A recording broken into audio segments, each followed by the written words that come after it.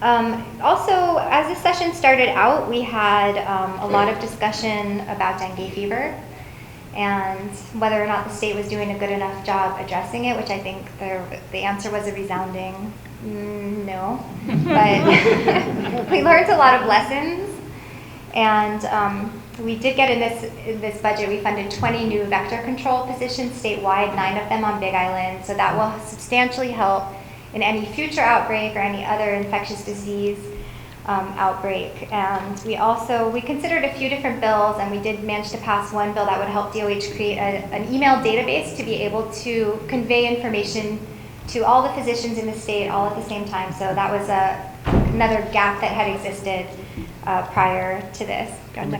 A couple, Nicole makes some very good points. One thing that people should recognize is that when we first became aware that dengue was here in October, essentially, we had already been about 25 days into the outbreak, and we had already had 20 plus cases that hadn't been communicated between professionals, which is relatively shocking. And so that database is very important, because these days, in real time, when we can know what our teenagers are doing around the corner through texts and emails and whatever, to not know that we had an outbreak of dengue fever here in a developed country, to the extent that we are developed, in Hawaii, we were pretty stunned. So that had to be corrected. And then also those monies for the extra positions, which had been pared down over the years, because it's kind of out of sight, out of mind, as you can imagine. When you don't have challenges with infectious disease for a long time, monies get moved around, and not wisely. I was on the phone this morning with the White House. Actually, they held a large conference call for health leaders, and that initiative on Zika virus, which is, of course, something that's very much in our minds now. And again, kudos to Richard jumping on this very hard as well. The Zika virus question, of course, in South America, all around the world in warm areas, is going to be a global concern. And there's an appropriation of, now these numbers, of course, are big numbers, $1.8 billion being considered at the federal level, which the White House is pushing for, obviously. But a lot of that money would go to states that are most exposed, and we would be on that list, which could provide quite a lot of resource for us in Hawaii.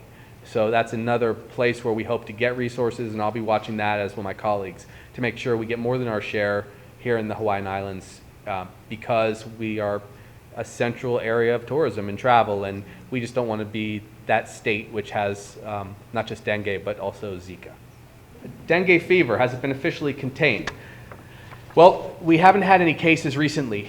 I will tell you that last weekend I had a patient that I had concerns about, but is not positive as of now. I did meet immediately with the director of health when I got back to the Capitol, kind of the reason that you have us going back and forth constantly. The truth is, we're going to have more cases over time of infectious disease. I would be actually shocked if we don't have some dengue fever in subsequent years, but we will hopefully have far, far less. We will have a much better team, robust team here to deal with another outbreak. Also, the county's done a pretty good job now pulling out the vector areas, getting rid of tires. So this is kind of my, my public request. If you know of standing water in your part of the community, if you know of a neighbor that needs a little help getting rid of an old vehicle or old tires, or there's a problem, just please call me or Nicole. We will get the county out there, or we'll get the Department of Health to help. That's the way we're going to beat this. We are going to have to be really, really attentive, because you've seen what's gone on in Brazil. You've seen the birth defects from some of these other illnesses with Zika, which causes microcephaly, which though it would appear that's what many of our colleagues suffer from at the legislature, it's actually an elective process. So we actually have to work on this together, and if you do bring up ways for us to get into the community, we'll do it. There's a lot more resources available. But we haven't seen the last of some of these infectious diseases. We will, and I will eat my words certainly if we have another major outbreak, but they will tend to decline. That's usually how this kind of thing works based on CDC. I'm going to keep asking the Center for Disease Control to come out to us, maybe even the World Health Organization, obviously the Department of Health, after a few months of Richard and Nicole and I railing against them for not coming to the neighbor islands. They did finally come in a very serious way.